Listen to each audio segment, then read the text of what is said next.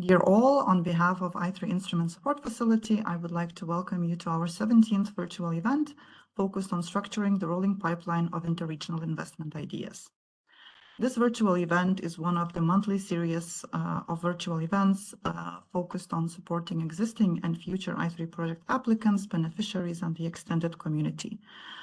My colleagues will also share the link to our I3 Instrument Support Facility website in the chat now, where you can view all of the information as well as all of the recordings and materials from our previous virtual events, as well as register for the upcoming ones.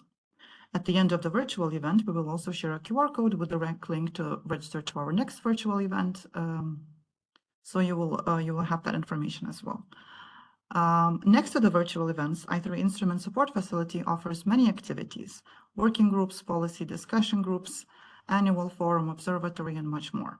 You can find them all also on our website. In addition to this, at the end of the session, we will also make an exciting announcement for the whole community. So please stay tuned. And now I would like to introduce the moderator of this virtual event, Dina Hopman from the European Cluster Alliance. Many thanks and good day to everyone. We are very happy to welcome you here to our session today, which is titled How to Structure a Rolling Pipeline of Interregional Investment Ideas, which might sound a little bit complicated, but maybe some of you are also familiar with it. So we're very happy to deep dive into this topic first on a rather theoretical level, but then also to have several case studies for you so that we can understand how we can support the region and the industry in developing these ideas and to have a rolling pipeline of interregional investment ideas. We would just like to say a few words about the housekeeping rules. As Justina already said, the virtual event will be recorded, and in principle you are muted during the session, so if you have a question, please use the chat to put in any comments, or you can also raise your hand and then we will unmute you so that you can ask a live question. We will keep an eye on the chat and ask those questions that you put in when it best fits during the event. So please make active use of it so that we can get as many questions of you as possible. We have a packed agenda. First of all, we would like to get an introduction to the topic by Antonio Novo from the European Clusters Alliance. We will do some short Slido polls to get you involved as well and to understand where you are on this topic. And then we will visit different regions and listen to how they structure and organize their rolling pipeline of investment ideas. We will go to Spain, we will go to the Netherlands, and we will go to Slovenia. And hopefully time will allow us to also have the Q&A with you either after each of the case studies or afterwards with all of the speakers, depending on your questions. And with that, I will hand over to our first speaker, Antonio Novo, President of the European Clusters Alliance, to give us an overview of what we're talking about today. Thank you, Antonio, for being with us. Thank you to you, Nina. Good afternoon, everyone. Today we explore very practical questions. How do we turn a string of promising interregional ideas into a steady investable portfolio, not only when a call is open, but all year round? Before we define anything, I want to start with a reality check, because some regions are already behaving as if they have a rolling pipeline, and the results are visible. Let's use the I3 Instrument Observatory to study regional participation on I3 calls. As you can see in the screen, North Brabant shows 11 approved I3 projects and 36 regional entities participating across multiple calls.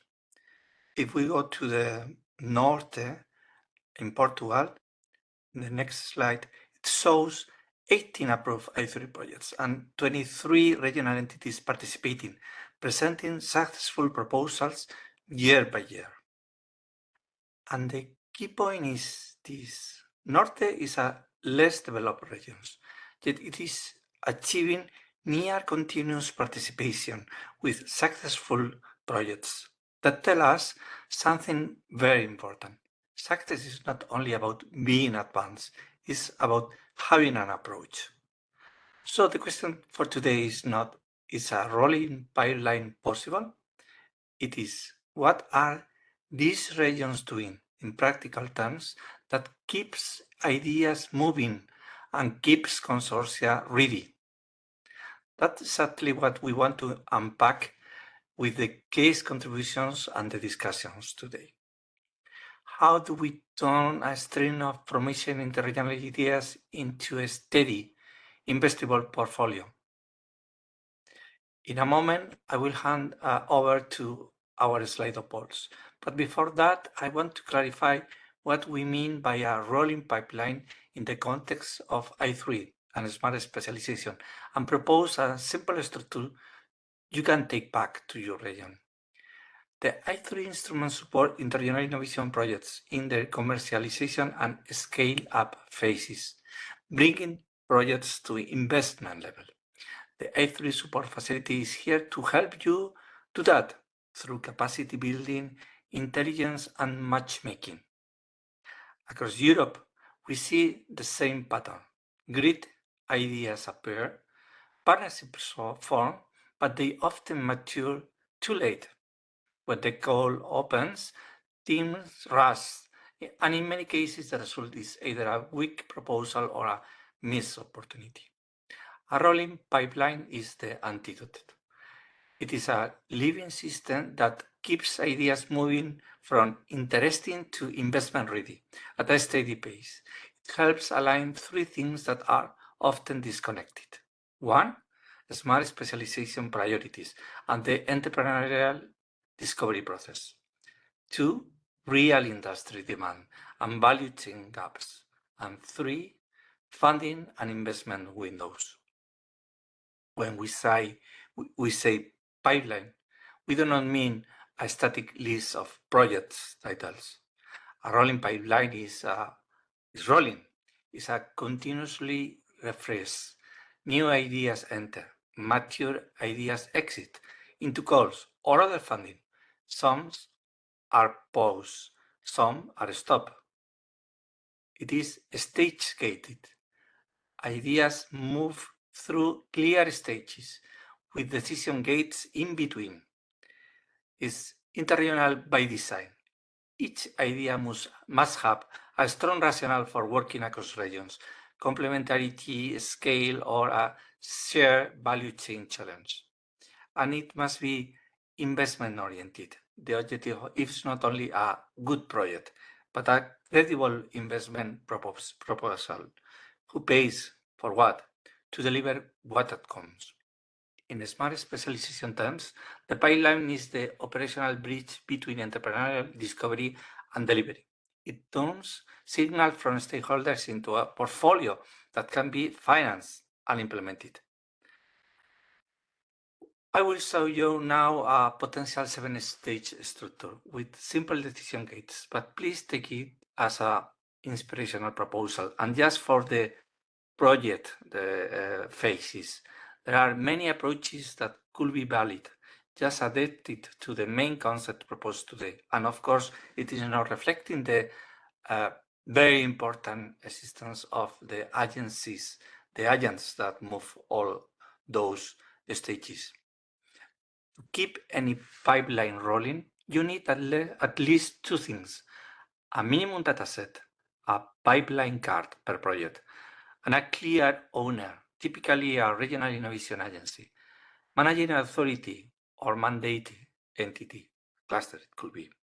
So, in one sentence, a rolling pipeline is a disciplined way to keep interregional investment ideas moving from discovery to delivery, using stages, decision gates, and clear ownership. Now, before we hear from our regional case studies, I would like to take the temperature in the room. Please join us in the Slido pool. Where are you today? Do you already have a pipeline, a long list, or a handful of ad hoc ideas? Let's go for the Slido. Could you go to the next?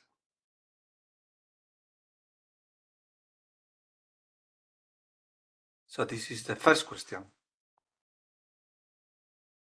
How are interregional projects typically initiated in your ecosystem?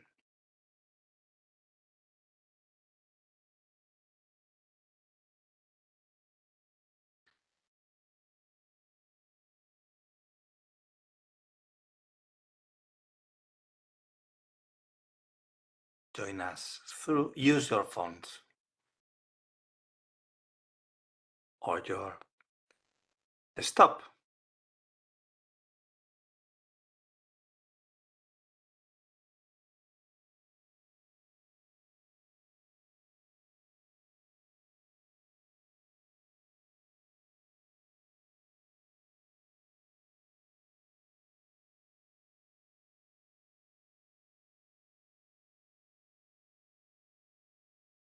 So we can see that majority of the initiated projects are triggered by EU calls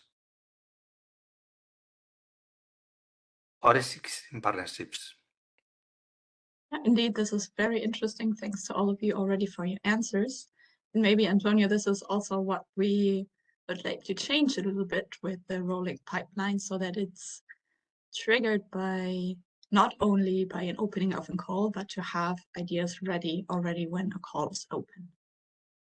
By a plan, long-term plan. Absolutely.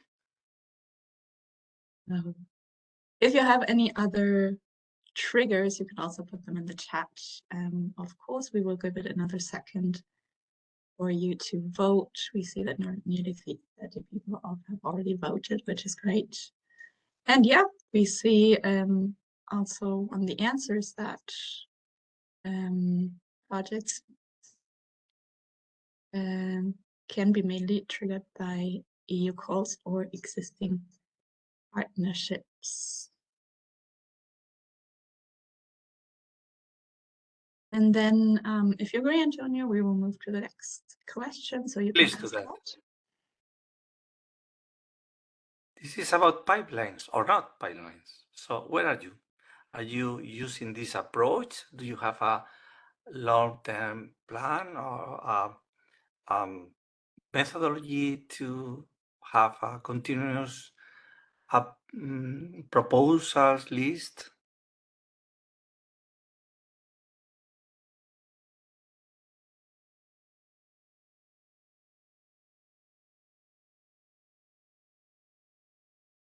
The answers coming in, so we will give it a few moments.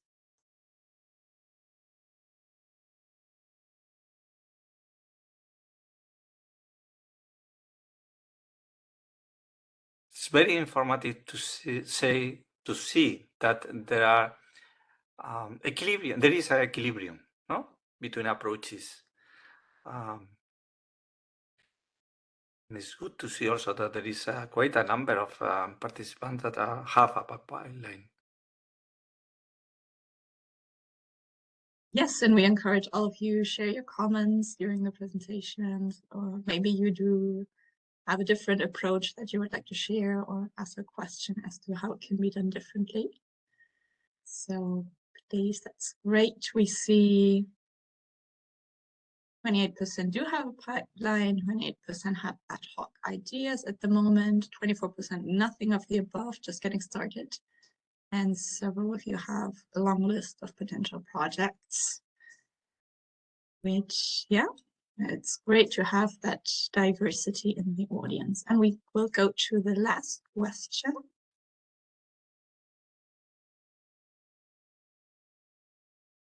So what is your biggest bottleneck?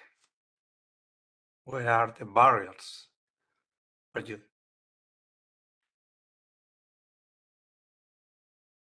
We know that it could be a combination of them, but let's go for the biggest one.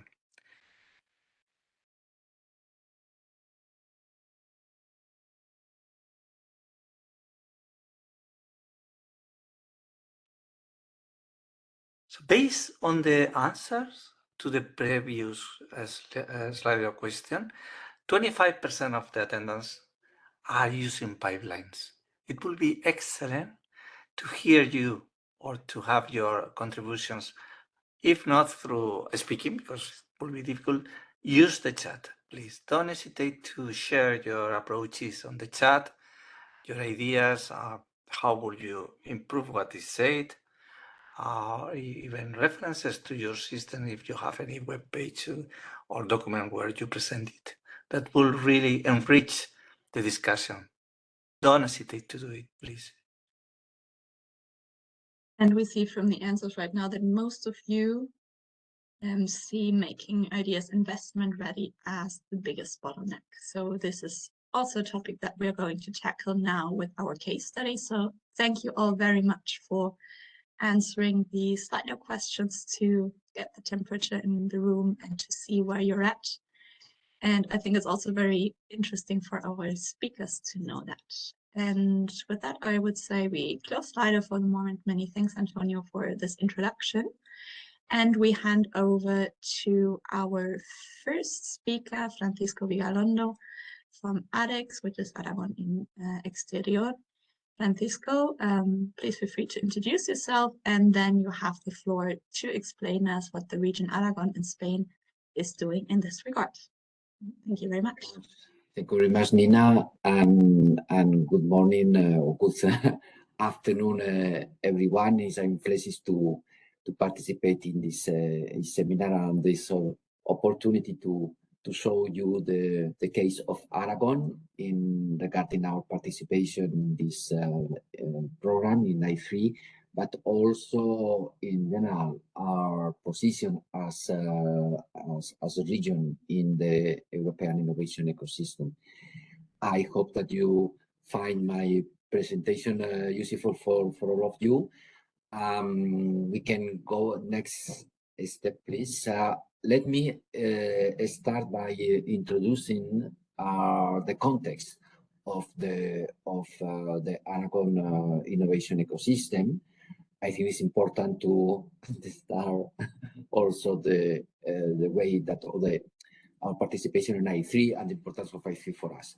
So as you can see, the innovation challenge for our region are, of course, this Valley of Death. I think that is not only for us, this is a major and persistent structural issue in Europe's innovation ecosystem. We are not an exception at all. But that is what is particular about us, about Aragon, is our positioning as a moderate innovator in the regional innovation survey.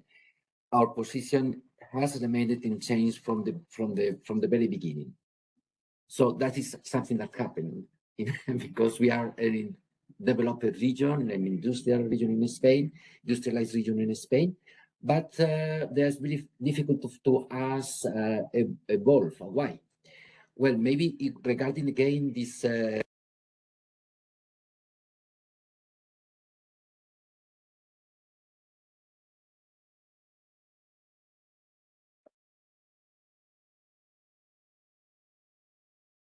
seems like the connection to Francisco was interrupted. Mm-hmm. Let's see whether May I check? he'll rejoin in a second. I see you. Francesco, please, could you try? Are you back with us?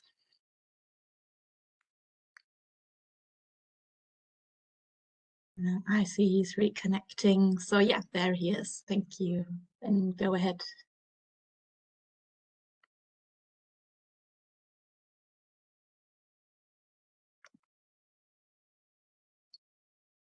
Francisco, I see you're back online, so Again? Yeah. you can continue. Sorry for this interruption. I wonder what happens with my video and my It's microphone. okay. Now it's okay? Yes, we can hear you. Okay. So I think that this in particular, this in our case, is that we are a small region. All the industry is concentrated in Zaragoza, in the capital, and regarding our industrial fabric, we have a lot of manufacturing plants that are depending of big companies, so they are not in the region. They are not the innovation the research and innovation decisions, no? The teams. They are only the other part, the big part of this industrial fabric is the small and medium companies, the SMEs, and they are suppliers of the market value chain.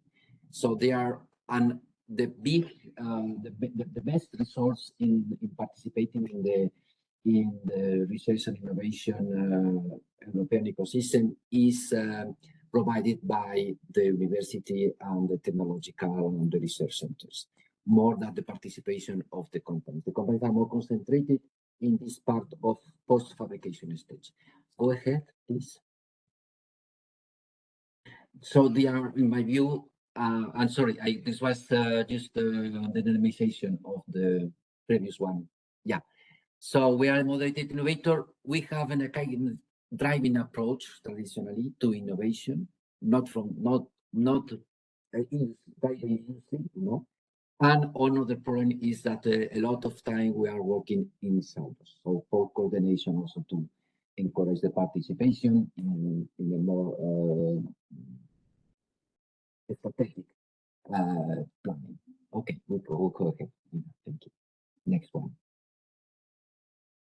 Yeah, so the things has started to change from the 2024 with a new Directorate General for Industrial Promotion and Innovation that also launched this our plan for an innovation plan for Aragon that we are now developing. Please, next one. And also try to solve, and this is our leitmotif, how to improve our position in the European innovation ecosystem, and especially in this part that is our main part we are filing. This is just connected to innovation and investments. So I put in white all the areas in this innovation plan that they are related with the I3, and why also is important for us to connect our smart specialization strategy and develop our position in innovation collaborative projects, also regarding these areas that are important for the region and for our also this economy system. So go next one, please.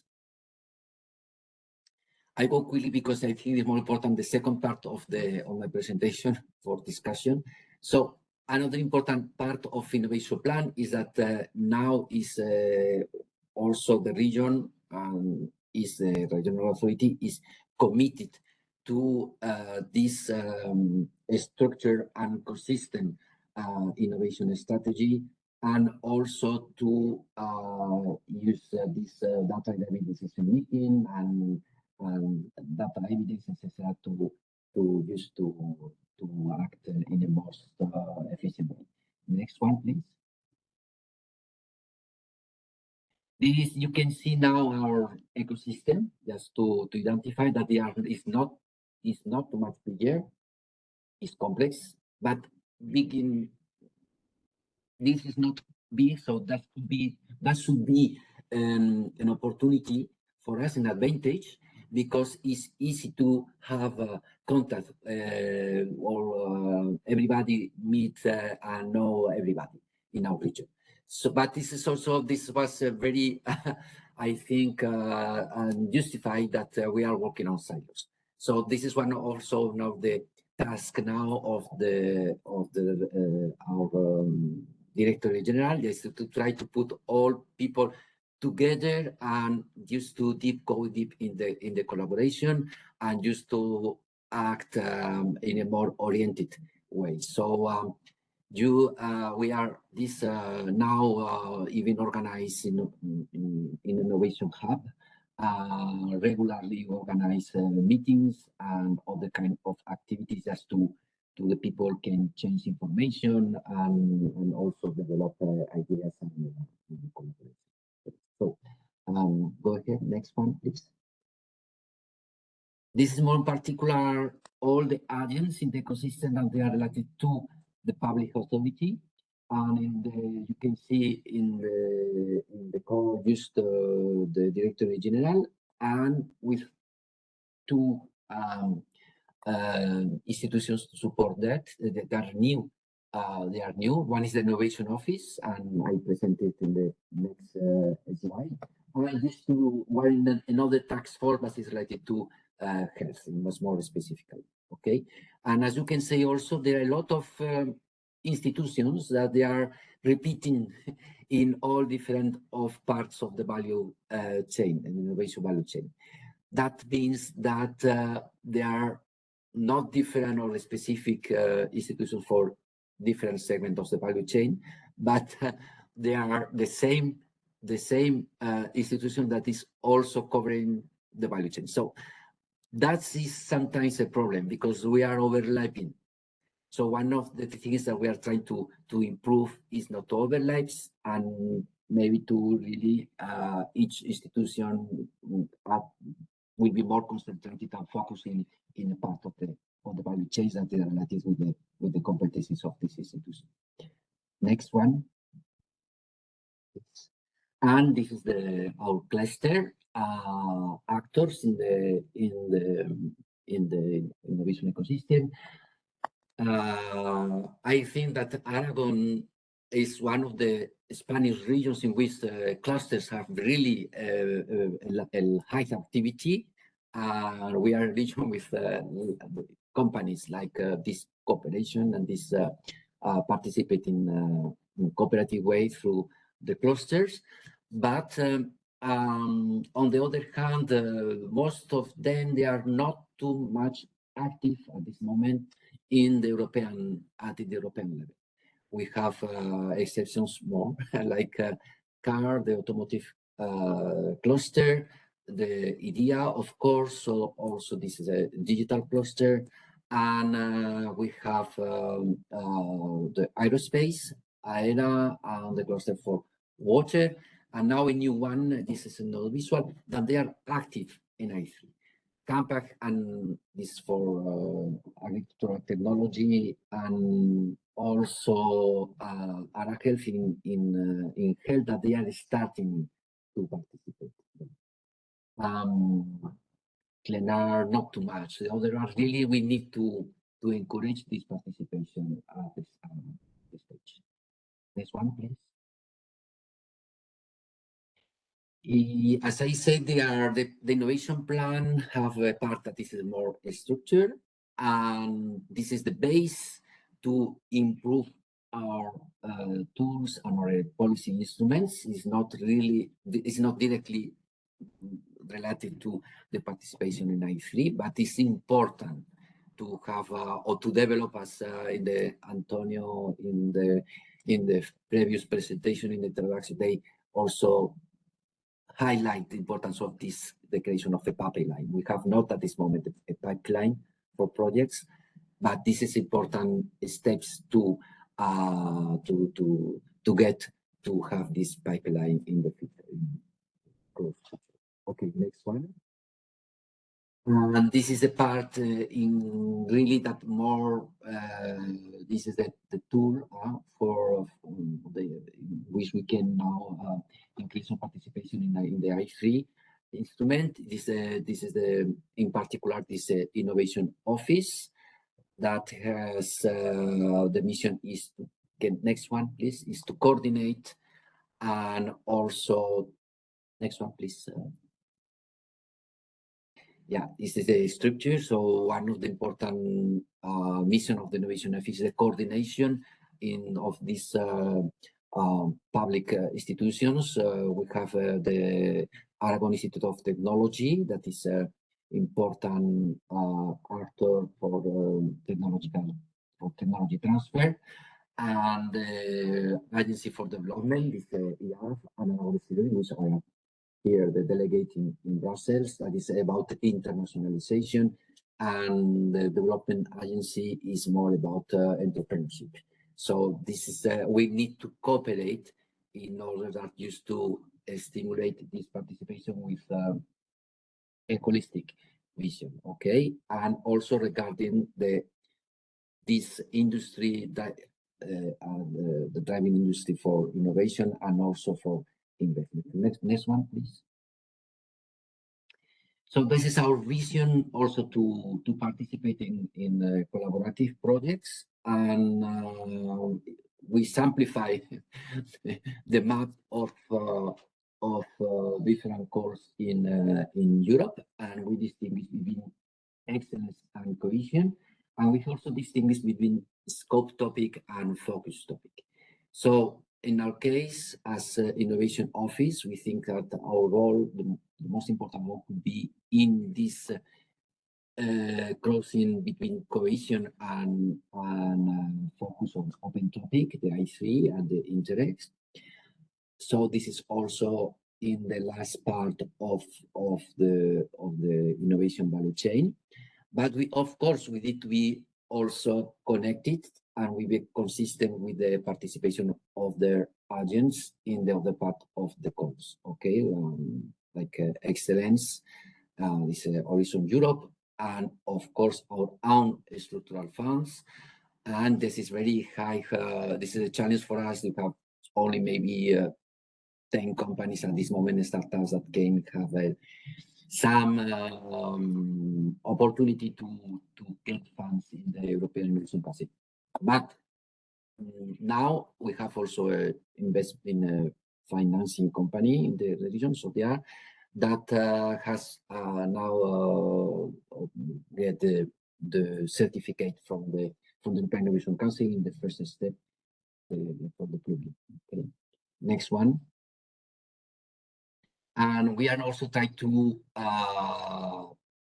just follow a logical participation in the value chain, the innovation value chain, and so how to connect the different programs. And this is why also our attention as innovation office is concentrated in these TRLs from CIS. Okay, so I3 again is very important, but also we'll try to bridge between the pillar 2 and the part of investment.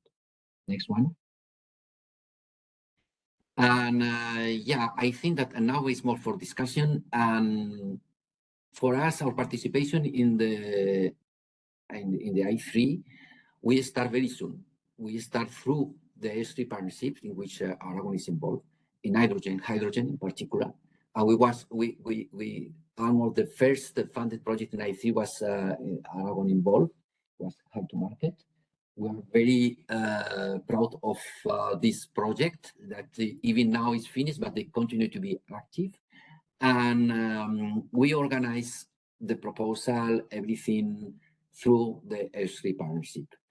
But now even the program, the I3 has evolved and now is more open, is not, in my view, like at the beginning, no, is now is very well known by not only by companies or clusters, but also by technological centers and by universities.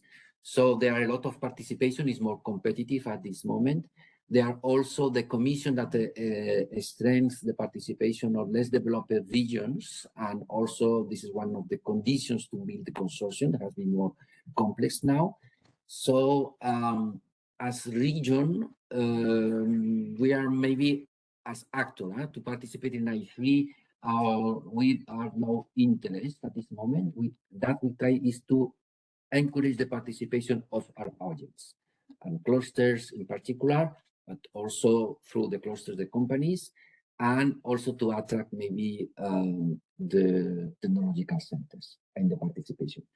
And this is also one problem for us. We are divided in this participation because for clusters, I think it's an important instrument, a good tool for them, for developing, not only to get funding, but also for developing the innovation and knowledge.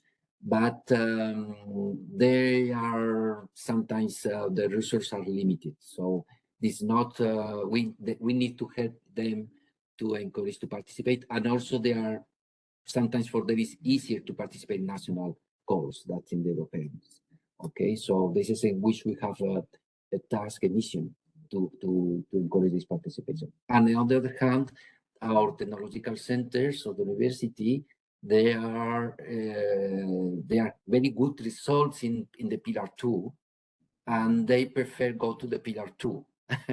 Therefore, I3 is, it could be interesting, but maybe, we are not a lot of resources that they are devoted to this pipeline in the pillar 2, and it's very difficult to now get to have resources, human resources to participate for first time in this I3, that is companies, they are not the philosophy, they are not the same rate of funding rate, etc.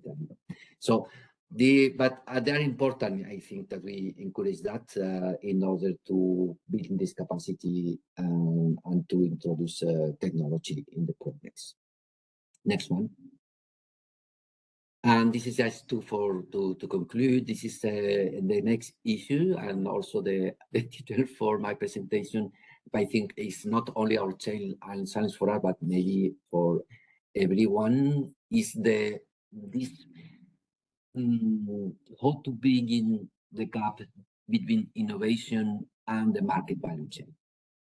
That is really the way to ensure that when the NI3 project is finished, we can find investors for this startup or for the innovation idea we have developed in the project. And I think this is also the way to go ahead this debt valley. Okay, and I think that for that we need to realize that the innovation value chain is one thing, and the market value chain or for investors is another one thing. And the logic of people that is investing is a bit different. They are not looking the project itself. They are looking the companies and what the companies offer as innovation, and what is the position of this company and the position of this innovation in the market value chain. And depending on that, they decide to invest or not. And so I think that we are also supporting our companies. We need also to be aware about that. What will happen after? And we had this scheme that they are now considering to introduce. This is strategic planning approach for investments. Probably for a region like Aragon, a lot of part of innovation is concentrated in this scheme in the bottom. We have companies that they are suppliers, that they are providing innovation that could be good for big companies in the value chain, because they are not competitive advantage, but they can to be competitive in the sense that to offer to be more efficient in costs, okay, in the production. And the other one part, which because it's more value that this one, this has a small value, the market value. The second one could be to participate in these parts in which they are just changing the competition, but they are not dominant firms. In this way also we have more opportunities to introduce some changes in the value chain, in the market value chain. And the unicorns are just in the top, and really I think this for medium regions is very difficult but why not, to discover this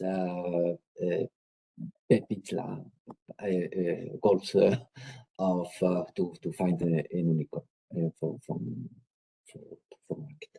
And next one, I think is the last. Just I open to your questions, and thank you very much for your attention.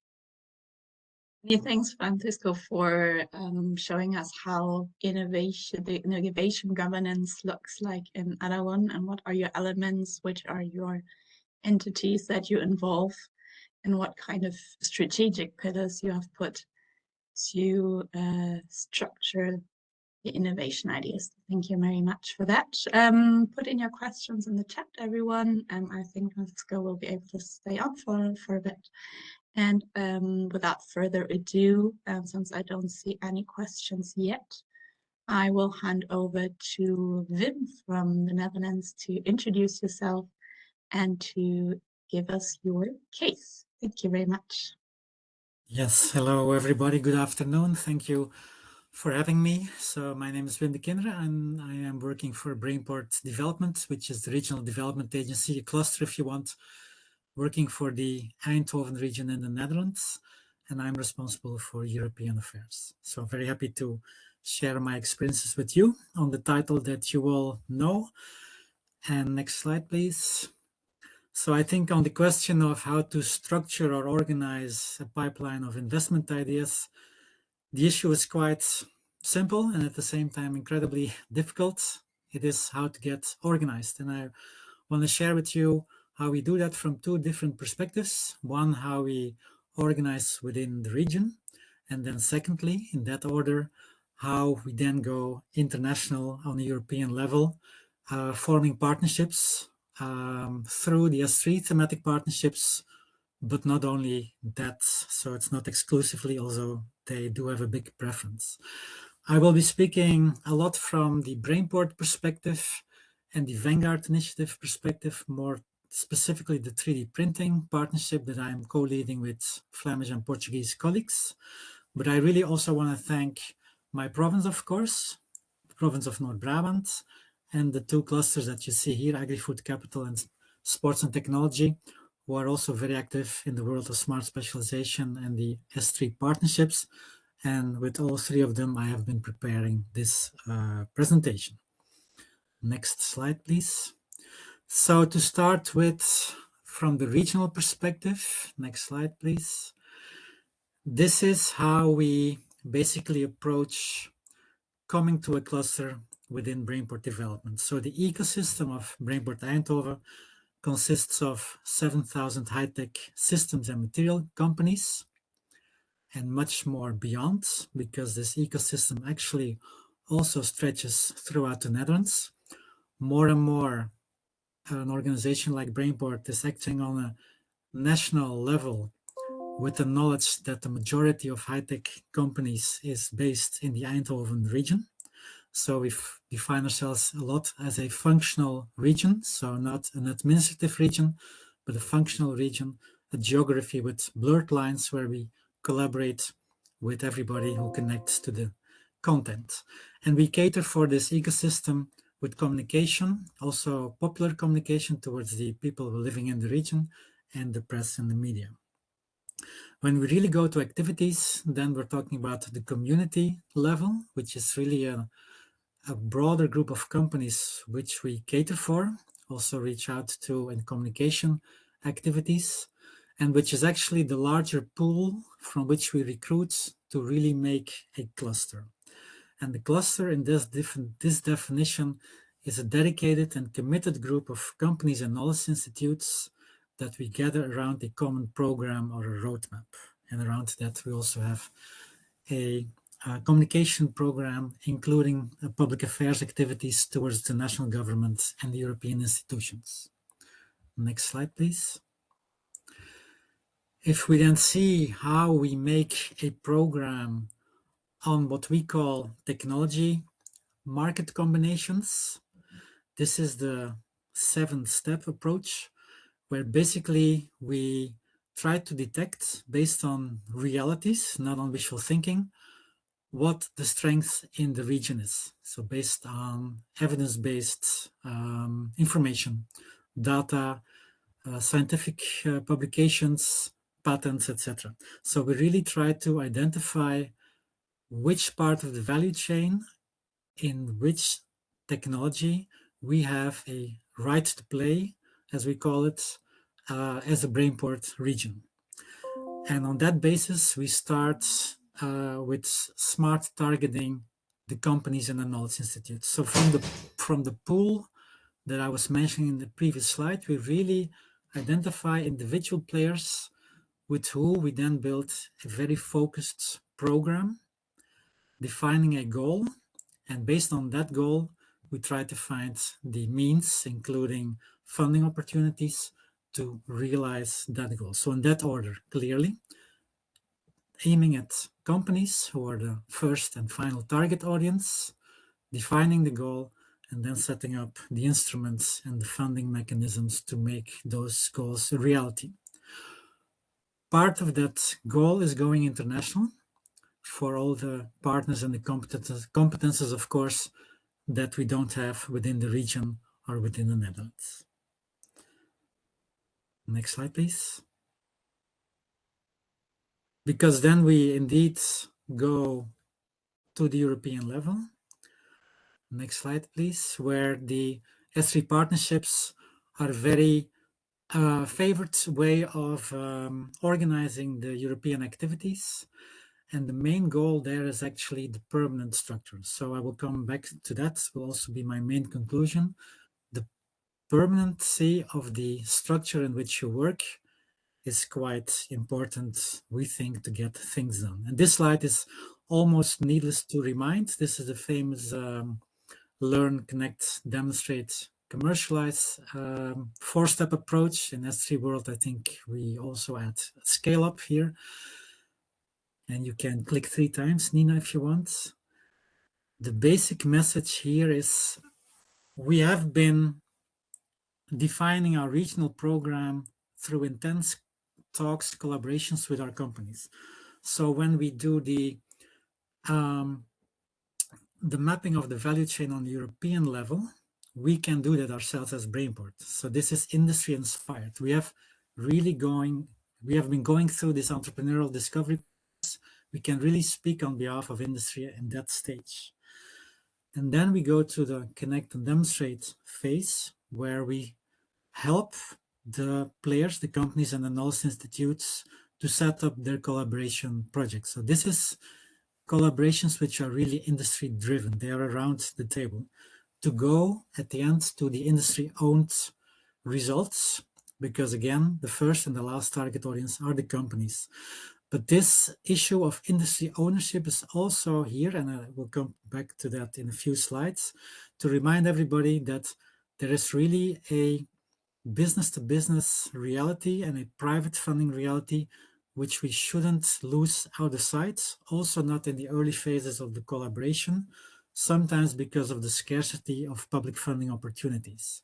So instead of waiting for the right public funding opportunity, we also actively need to facilitate and mobilize private funding. Next slide, please. So how do we then do this within the 3D printing S3 partnership? Basically, of course, we connect demand and supply. That's what everybody in these partnerships does. And we provide a number of horizontal transversal services where we also have to position the steering committee. So composed by the leading partners in the S3 partnerships from different regions, where we have a whole portfolio of what we call demo cases. So subgroups working on specific areas within the large 3D printing domain, for which we organize a whole amount of webinars, meetings, what we call business innovators meetings. And this is a new terminology that we started a few years ago, and it may sound a bit stupid maybe, but we used to call them plenary meetings. But plenary meetings sounds a bit administrative, so we really want to make clear through the use of terminology that we are targeting business here. In blue, you see the gateway. This is an online platform to get the players in the partnership, and we have more than 400 on our mailing list, 100 of which each time participate in meetings. The gateway is the online community which has been started to become less event driven. The S3 partnership is a permanent structure, but the reality is that you organize a number of meetings online and in person per year, and then you have peaks of activity, but in between, not too much happens. So not to flatten it out, but to put the level of activity in between the meetings higher, we have started a number of years ago this digital platform, the Gateway. On the bottom left, the bottom yellow, you see Vinovate. This is worth mentioning as well. On top of the European, meaning EU funding opportunities that we all know, within the Vanguard initiative, the network of industrial regions, counting 25 regions at the moment, we have our own funding instrument where a selection of the Vanguard regions puts money on the table each year. We have the third call ongoing at this moment. So this is an addition which is actually enabling us to fund a number of those investment ideas that we have and are organizing within the partnership. Next slide, please.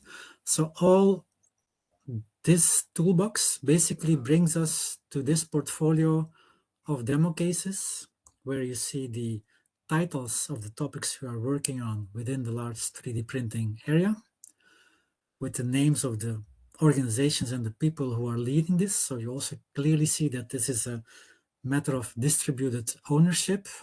And then in green, you see a number of the projects and actually the funding sources which have allowed us to fund the ideas that are being generated there all the time. Next slide, please. And this is then a more detailed view on this Vanguard Gateway, because it was started from the 3D printing partnership, but now it is an offer for all the partnerships which are operating under the umbrella of the Vanguard initiative. This is basically a database where every company which is based in the Vanguard region can make a profile, showcase good results, but also put forward clear requests. So you can really search for the contacts that you need. We also include in this database funding opportunities, both the European ones that we know and the Finovate funding instrument from Vanguard itself. And we initiate consortia to start applying for these companies. So that is what the core goal of this platform is for. The additional value of this is actually that it really allows us to have a real-time view on real industry needs. We have a study from the early phases of this platform where we really see the keywords basically on which the people on the platform are looking for. So that really allows you to have a very quick view on the trends which are going on within the theme we are covering, the 3D printing in my case. And that again inspires us, of course, to set up interregional collaboration ideas, hopefully projects later on, which are very close to industry reality and based on industry needs and wishes. Next slide, please. So we have this whole pipeline of ideas, and going back to the slide at the start, which was, I think, very interesting, there's a fine line, of course, between a long list of ideas and a real pipeline. I think it's interesting to see the definition, but we have this pipeline of ideas which we try to realize, and there's a number of funding sources. Francisco already mentioned Horizon, which is incredibly important, of course, but then, of course, also I3.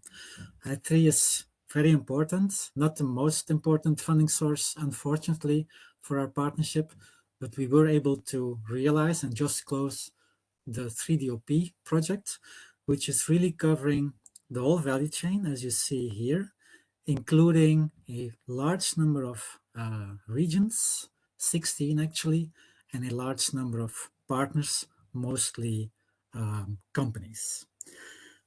The big added value of a project and a program like I3, of course, is the next slide, and then I'm almost going to finalize, which is the real impact. Because a good project, and I3 is designed for that, also generates again its own follow-up activities. Not only have we been able to realize more than 40 million euros in follow-up private investments, we have been able to serve a lot of companies outside of the consortium, but because of 3DOP, we have also been engaged in more than 10, 14 actually, you read here, follow-up projects which have been building on the results generated throughout the 3-year course of 3DOP. And this is, of course, what you really want. On the one hand, you have a permanent partnership generating these ideas and translating them into projects, but a good project doesn't end when it ends. It is, again, the source of a whole new series of ideas and projects, publicly funded as well as privately funded. So that is exactly what I3 is and the added value. So I think I'm more or less going to the conclusion. Next slide. Indeed. So my conclusion, as I started, is actually about the importance of the permanent structure of the collaboration we are engaged in, both within the region and also on the EU level. And I think clusters are really key, but also the capacity and the means to do so, to avoid that we're just chasing money, but that we're really chasing money for the goal that we have defined at the origin. And as Brainport, we are in a good position as a cluster. We are a strong own organization, but we're also working in very close partnership with the province, who, as long as it also fits their smart specialization agenda, is really a key partner and has been contributing financially to clusters such as Brainport to go international. So this is really key, the own organization, the policy and the funding support from the province, and then again, in a European level, the collaboration within the Vanguard Initiative, where the Vanguard Initiative is reimbursing part of the coordination cost of an S3 partnership, which again is regional money. So you really see that rather small but crucial financial interventions from the region have an incredible leverage effect on the performance of clusters and on the impact that we can realize for the companies. Thank you very much. Thank you very much, Wim, for your presentation. We already have a question for you in the chat from Mattia asking, how many member companies do you have? And are you financed by membership? Maybe you can address So that. within, if you're talking about, Mattia, if you're talking about the partnership on 3D printing, so there we have around 400 organizations and 600 persons on our mailing list. Again, between 60 and 100 each time attending our meetings. How many of them are companies? How many of them are clusters or RTOs? That I don't know by heart, but we are very much and deliberately focusing on individual companies. Clusters are key. I've just been explaining that during 10 minutes, but we do not want to work only via clusters, because if we only reach the companies through the projects that we can realize with the clusters, then we will only reach, through cascade funding, for example, a quite limited number of companies. And I think for the ambitions that we have, and I think everybody should have within S3 partnership, you also need to connect in parallel the direct connection with the companies. And that's also why an instrument like the Gateway is handy, let's say, to have that direct contact as well. So quite a few companies, I cannot name you a number, but quite a few. And how are we financed, if I read your question? So we get a partial reimbursement for coordination costs through the Vanguard Initiative, which is a membership-based association of regions. So the members of Vanguard pay a fee per year, and the big majority of that funding is distributed to the partnerships which are operating under the Vanguard umbrella. And we are one of the, this year, 5 of them, 6, sorry. Great, thank you very much. We have also a question in the chat from Ninetta, but since she has to leave at 3, I will leave this question for all 3 of our speakers so that they can respond to this, and we will get the answer to that to you, Ninetta, afterwards as well. So I would like to hand over, first of all, very much thanks to you, Wim, and hopefully you can stay on. I will hand over to Nico, who is greeting us from the final event of the Greek CE project. So thank you very much that you managed to be with us and for coming to us from the final event from this I3 project. And we are looking to the region of the different regions in Slovenia that you represent. So I hope you're with us and you can take the microphone. Yeah, hello to everybody. Sound is good, I suppose. Yeah. Yes. So please feel free to share the screen with your presentation. Of course. Just give me a second.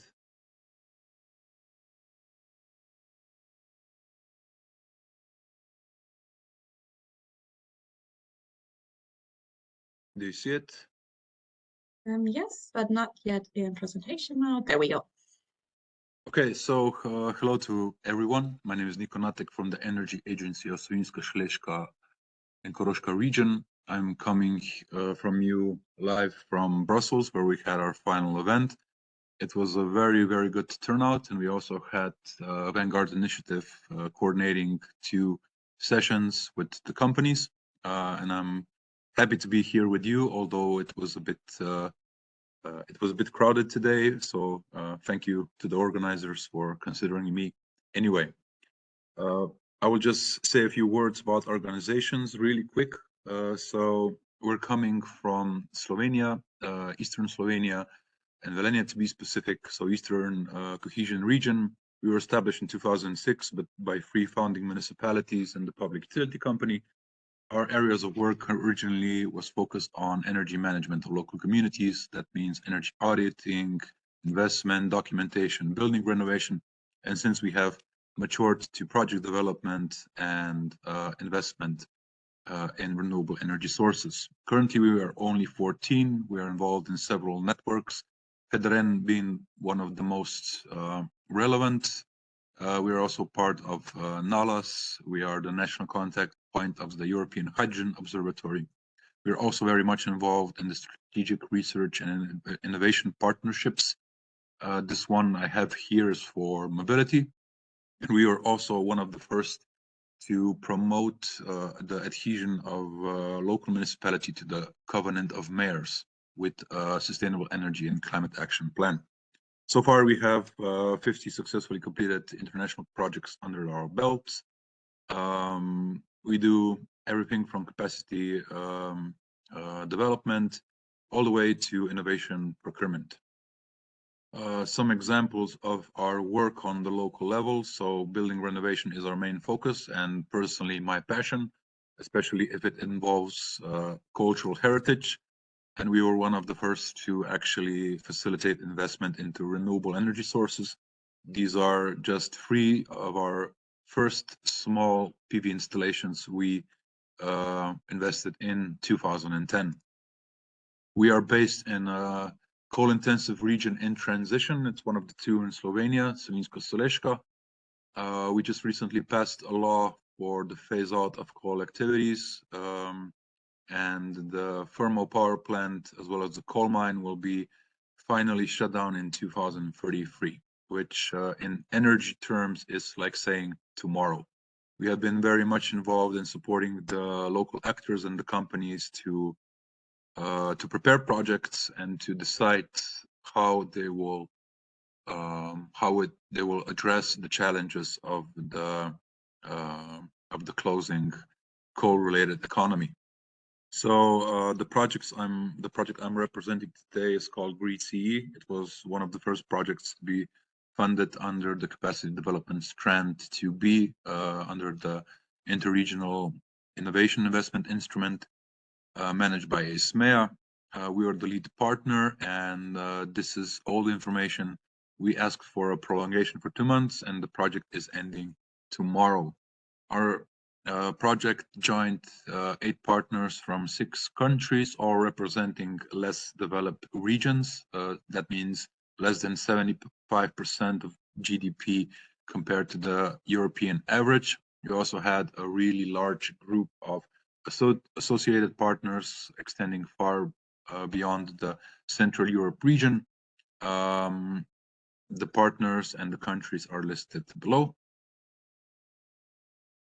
We focused on industry value chain analysis on business cases and basically providing roadmaps to address certain niches or domains related to S3. I think the most important to mention is that we divided our work into 4 niche pilots. So my field of expertise is sustainable energy, and we took over the role of the digital sustainable energy pilot. We also had 3 other pilots on eco-construction, regenerative farming being the closest related to circular economy in general. And then we also had renewable gases, which kind of ties into energy as well. considering the delegation of RFNBO, so hydrogen mainly, also in some cases synthetic methane and methanol from gasification, for example. So our approach was basically very simple.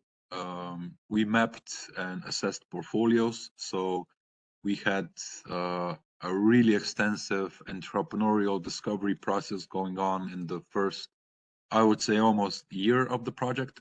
We focused on companies that addressed various aspects of circular economy.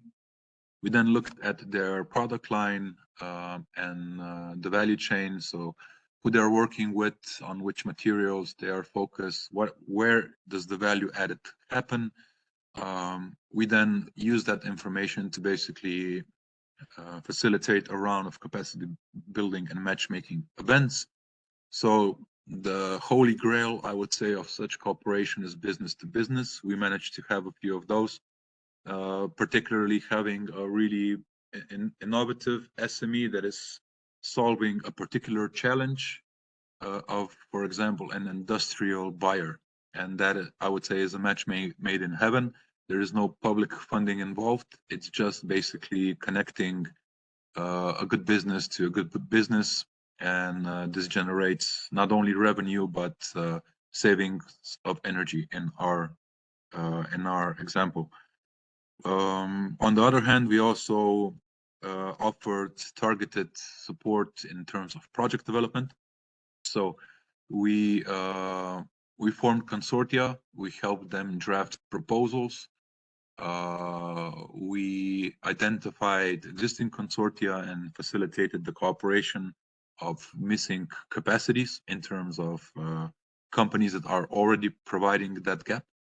And then, of course, we try to align the project not only with the S3 strategy focuses, but also our specific challenges. So, for example, our challenge, one of the challenges is energy renovation. And here we worked a lot in facilitating new digital solutions, which would help us address the market, bridge the gap from project identification to investment documentation, reduce risk, and actually make the renovation wave possible. These are just some projects that we facilitated. I know that this is not the main focus of today's presentation, but it's still, I think it's relevant just to show you. These are just the projects that were joining us today at our event. The majority of them were presented by some companies which participated. We addressed everything from productive strands of I3, I3, Horizon 2020, Horizon Europe, Horizon PCP, so pre-commercial procurement in specific live projects, and anything that would help provide funding to projects for which we seemed, in which we believed are relevant to the S3 development, as well as the bringing about the energy transition and circular economy. Challenges are in abundance. I acknowledge that basically what was presented by the previous speakers, Mr. Vicalondo, and of course, Mr. De Kinderen, that is not really representative of Central Europe as a whole. In my opinion, the approach to S3 partnerships is not streamlined across Europe. I knew for a long time that the Netherlands are doing really great work, and frankly, I was very impressed on how they approach the issue. Very systematic, very structured, with a lot of capacity to back it up. In Slovenia, just to paint a different picture, the case is not so. So I think one of the reasons for this situation is that we don't really have a regional government. We only have a two-tier government structure.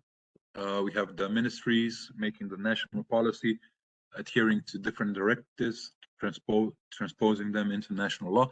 And then we have 212 municipalities that actually do the operational stuff. Yes, it's a country of 2 million and we have 212 municipalities, but no regional authority. We do have, however, regional development agencies, which are kind of taking over the role of regional authorities, but it's not really, again, streamlined, and it's not equal. So we have 12 in Slovenia as a whole.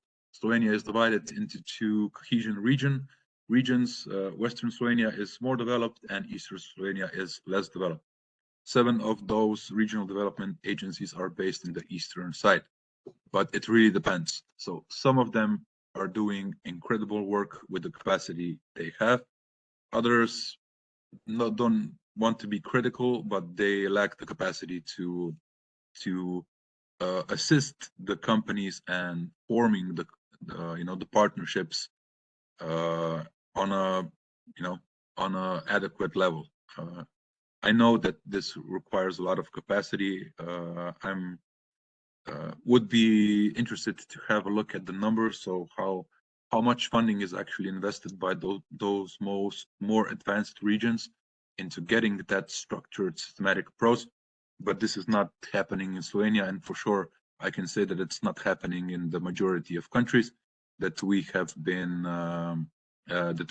considering right now with this project. What else I wanted to say? Yes, so in terms of ecosystem, we have also very much a fragmented structure. We have a lot of local startup incubators, but the issue is that basically the support structures are very sporadic, and I would say are too distributed. So let's be frank, if you want to support a company to to bring their innovation to the market, you are going to need a whole lot more than an office and a few 10,000 or even 100,000 euros. It's the law of diminishing returns, and if we really want to support innovation right now, then we would need to focus on priority areas and throw a lot of resources into that. Whereas right now, it's really scattered. So there's a lot of companies involved, and they get, I would say, inadequate financing and support to actually, engage with partnerships appropriately, and also to get that idea not just commercialized, but in the end scaled up. And I think this in Slovenia is very, very much missing. Yeah, even though it was mentioned by Ms. Vigalondo, the region as a whole is considered a moderate innovator.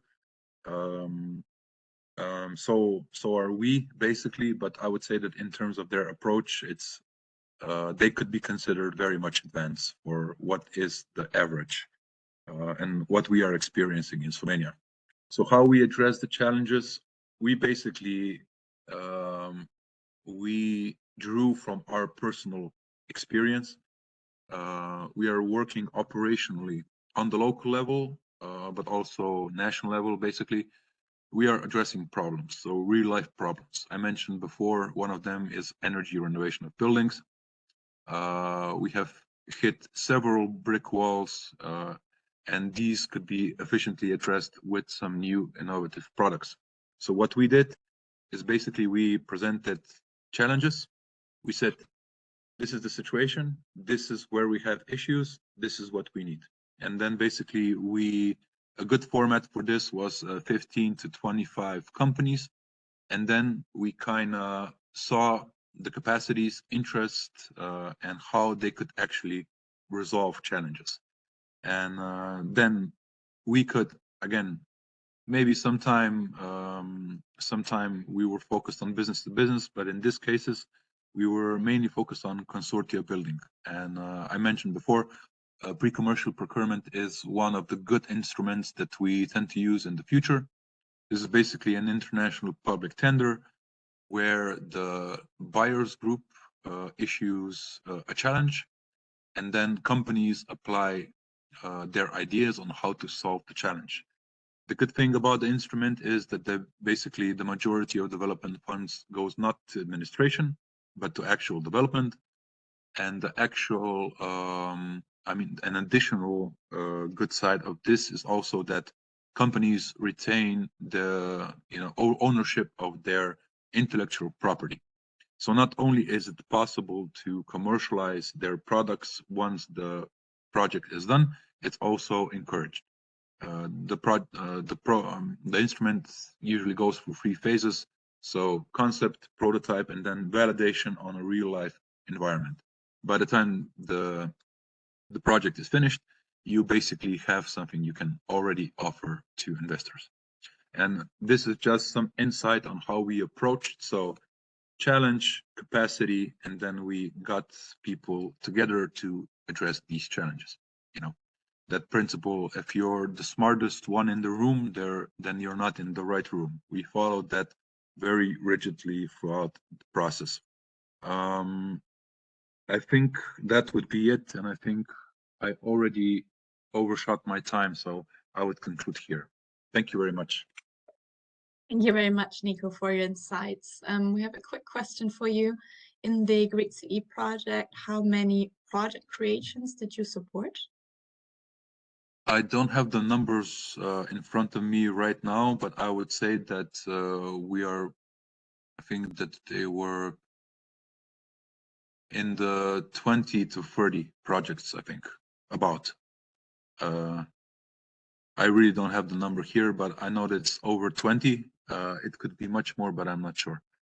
I would say a pretty good return on investment, especially considering that some of these were business to business. So no public funding, just connecting ideas to have the benefits you want. Thank you very much. And I would also like to address the other question that we had received earlier to all 3 of our speakers. Ninette was asking, I'm wondering to what degree EU projects are part of regional strategy and what are the paths they opt for when some projects do not pass. So I assume what happens to those projects when they're not funded, how are they reevaluated or reshaped? Maybe Wim, could you start by answering this question? If that's possible. If not, Yes, can you quickly repeat the question? I'm looking which one. Yeah, to what degree do EU projects part of the regional strategy? So this European level, to what extent is that part of your strategy, and what happens? What paths do you opt for when the projects do not pass and not get in? The second part of the question is, of course, a difficult one. The first one, European funding is extremely important for the region. We have a, in terms of research and innovation, we are scoring around 7 to 8% of regional GDP. Most of that is privately funded, but that doesn't mean that the public part is less important. It fills really a gap, including the European one. So we are heavily sourcing European funding. The majority of the EU funding in our region comes from Horizon Europe, from CEF, from Erasmus and the Innovation Fund. Those are the top 4 programs which parties in the region find their means. They are an integral part of the strategy, because if I was trying to explain how we built the program with the companies and where we have a right to play, that is really a tentative to really find the niche within the value chain where we really have this really strong position. If you are working in such a niche of the value chain, collaboration outside of the region becomes even more important than it has already been, because you want to have the connection with all the players in the whole value chain. So internationalization has become even more important than it was before. And then, of course, we are looking at European partners, including connecting with them through funding. What happens if we don't score it? Well, then we need to try again, of course. That is also another reason, I think, why I3 and both strands, strand 1 and strand 2, where the difference between strand 1 and 2 should be strengthened again, such as the regulation foresees it. I3, just like Interreg projects, allows you a bigger degree of freedom, of course, to define your own projects. In Digital Europe program and Horizon, you have to respond to a very well described call. So that that brings the value of I3 to a higher degree, I think. Yeah. Thank you, Wim. Francisco, what does it look like in Aragón?